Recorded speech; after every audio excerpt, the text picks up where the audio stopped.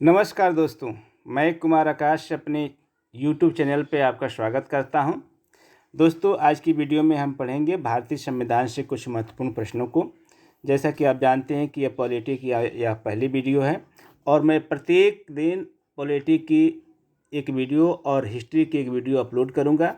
यदि वीडियो हमारी आपको अच्छी लगे तो आज ही चैनल को सब्सक्राइब कर लीजिए, लाइक कर दीजिए और शेयर कर दीजिए। दोस्तों, मुझे पूरा उम्मीद है कि वीडियो आपको पसंद आएगी।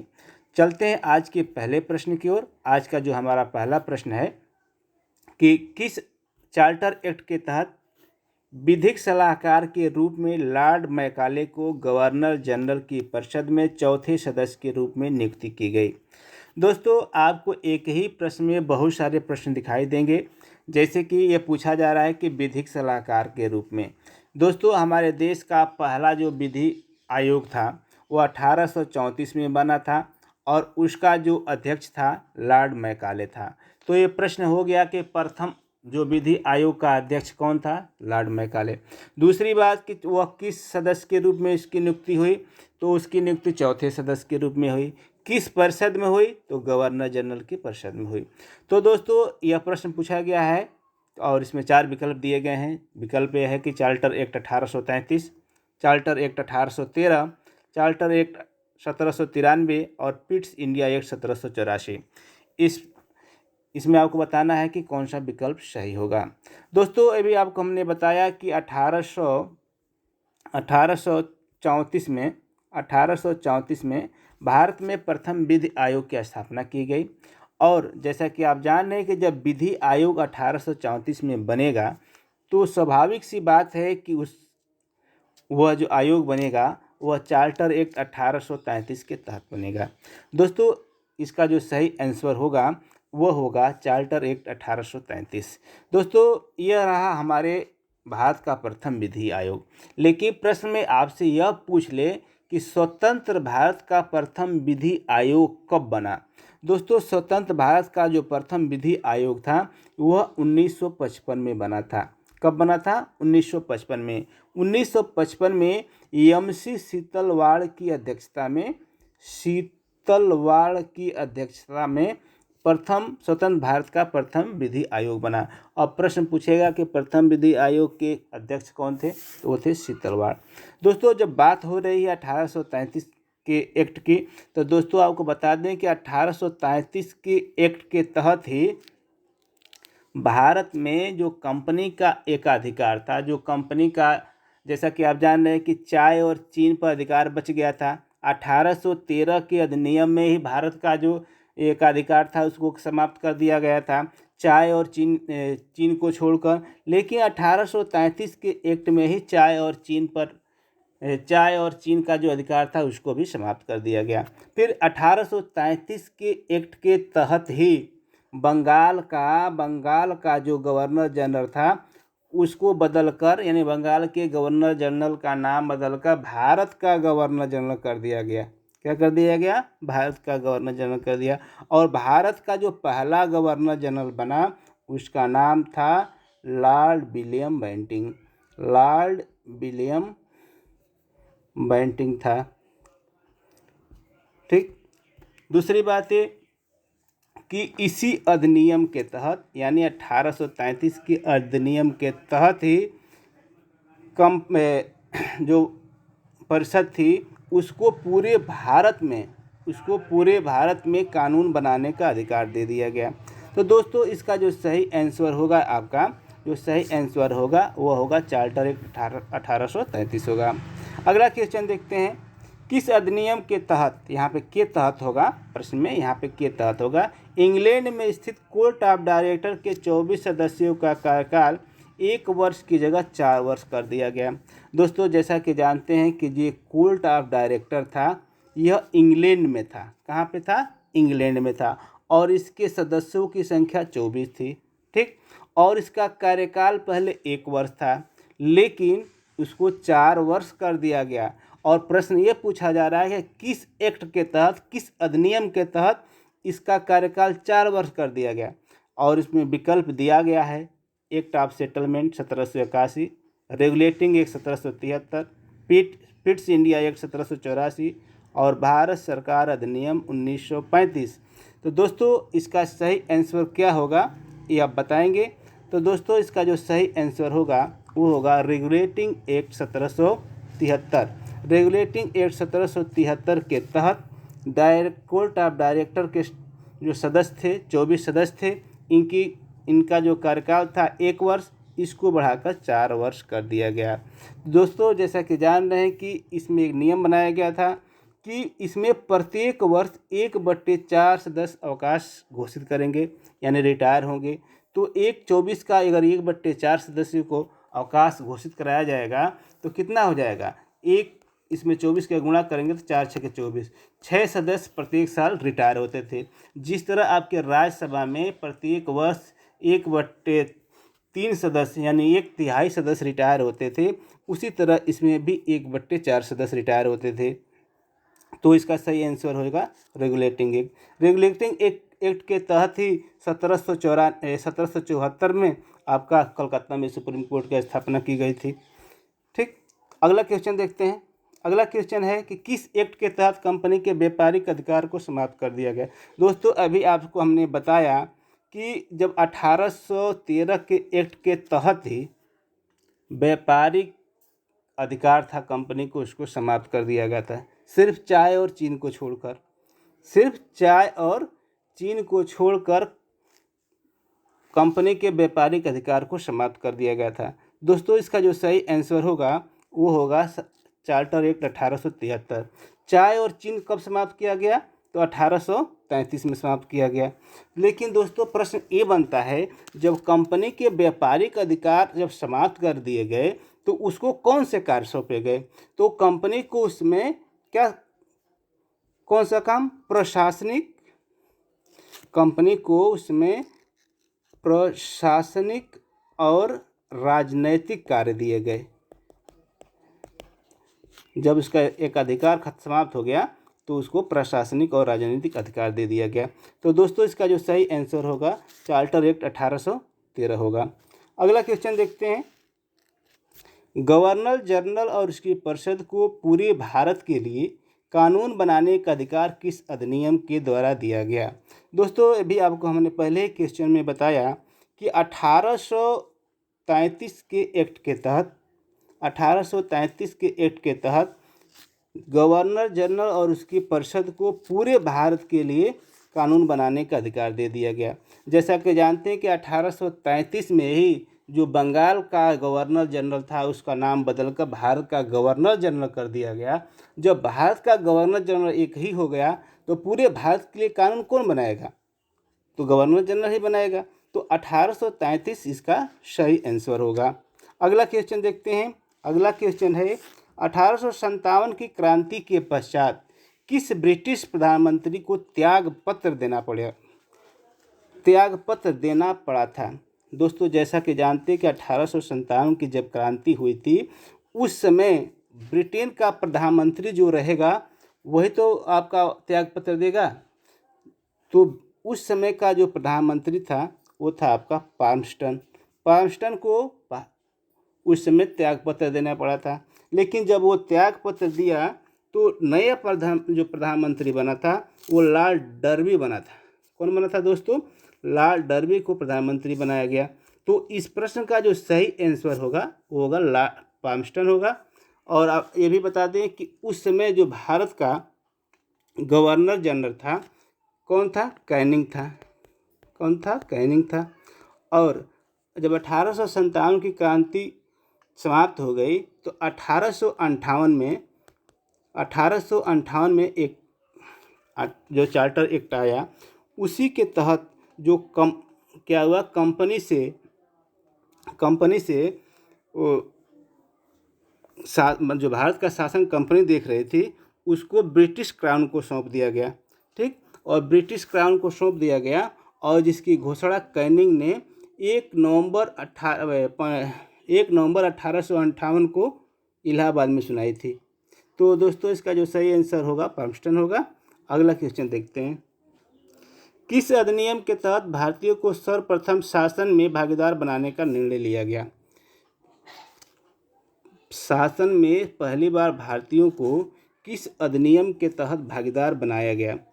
आपके विकल्प दिए हैं भारतीय परिषद अधिनियम 1861, भारतीय परिषद अधिनियम 1892, भारतीय परिषद अधिनियम 1909 और भारतीय परिषद 1919। दोस्तों इसका जो सही आंसर होगा क्या होगा ये बताएंगे आप।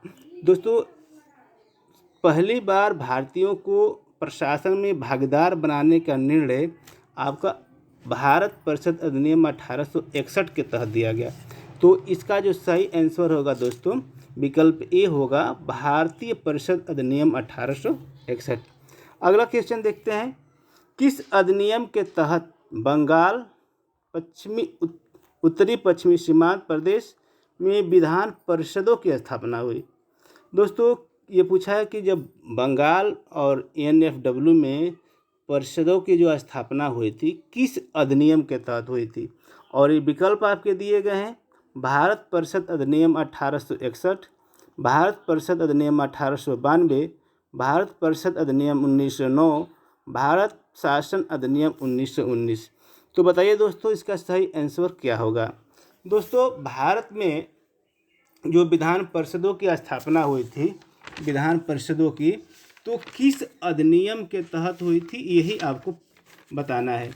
दोस्तों जैसा कि जानते हैं कि 1861 के अधिनियम के तहत 1861 के अधिनियम के तहत बंगाल में और एनडब्ल्यूएफ में, कहाँ पे, बंगाल एनडब्ल्यूएफ और पंजाब इन 3 राज्यों में विधान परिषदों की स्थापना हुई थी। दोस्तों बंगाल में 1862 में, कब हुई थी? 1862 में। और एनडब्ल्यूएफ यानी उत्तरी पश्चिमी सीमांत प्रांत था, ये 1886 में हुई थी। और 1897 पंजाब, यानी 3 राज्यों में विधान परिषदों की स्थापना होती है। कब? भारतीय परिषद अधिनियम 1861 के तहत। तो इसमें जो आपका सही आंसर होगा वो विकल्प ए होगा भारत परिषद अधिनियम 1861। अगला क्वेश्चन देखते हैं, भारतीयों को किस अधिनियम के तहत बजट पर सवाल पूछने की अनुमति मिली थी? दोस्तों भारतीयों को बजट पर सवाल पूछने की अनुमति, सिर्फ सवाल पूछने की अनुमति मिली थी, न कि बहस करने की। तो दोस्तों इसमें भारतीयों को बजट पे सवाल पूछने की अनुमति कम मिली थी। तो इसका जो सही आंसर होगा दोस्तों 1862 में। भारत परिषद अधिनियम 1862 के तहत भारतीयों को पहली बार बजट पर सवाल पूछने की अनुमति मिली थी। अगला क्वेश्चन है कि भारत शासन अधिनियम 1909 किस समिति की रिपोर्ट पर प्रकाशित हुआ? दोस्तों जो भारत शासन अधिनियम 1919 है, इसको मार्ले मिंटो सुधार अधिनियम भी कहते हैं। क्या कहते हैं? मार्ले मिंटो सुधार अधिनियम। तो इसकी पूछ रहा है किस समिति की रिपोर्ट पे प्रकाशित हुआ था? आपका विकल्प दिया है मॉन्टेग्यू घोषणा पत्र द्वारा, अरुंडेल समिति, मेसोपोटामिया आयोग और सिडनी रिपोर्ट। तो दोस्तों इसका जो सही आंसर होगा वो होगा अरुंडेल समिति। अरुंडेल समिति की रिपोर्ट पे ही भारत सरकार अधिनियम 1909 की रिपोर्ट आई थी। दोस्तों 1909 की रिपोर्ट में ही पहली बार मुसलमानों को पृथक निर्वाचन की बात की गई थी। तो दोस्तों इसका जो सही आंसर होगा वो होगा विकल्प ए। अगला क्वेश्चन है कि भारत परिषद और वायसराय की परिषद में किन 2 भारतीयों को पहली बार क्रमशः शामिल किया गया? दोस्तों भारत परिषद मतलब इंडिया काउंसिल थी और वायसराय की परिषद थी, पहली बार इसमें किन 2 भारतीयों को शामिल किया गया था, यह प्रश्न आपसे पूछा गया है। दोस्तों भारत परिषद में आपका जो विकल्प दिया गया है कि दादा भाई नौरोजी और राजेंद्र प्रसाद, सत्येंद्र प्रसाद सिन्हा और राजेंद्र प्रसाद, कि सैयद हुसैन बिलग्रामी और सत्येंद्र प्रसाद सिन्हा को, सी.आर. दास और मोतीलाल नेहरू को। दोस्तों पहली बार भारत सरकार अधिनियम 1909 के तहत ही भारतीयों को प्रशासन में शामिल करने का मौका दिया गया। और ये नाम आता है किसका? सैयद हुसैन बिलग्रामी और सत्येंद्र प्रसाद सिन्हा को। सैयद हुसैन बिलग्रामी को इंडियन काउंसिल में यानी भारत परिषद में और सत्येंद्र प्रसाद सिन्हा को वायसराय की परिषद में शामिल किया गया था।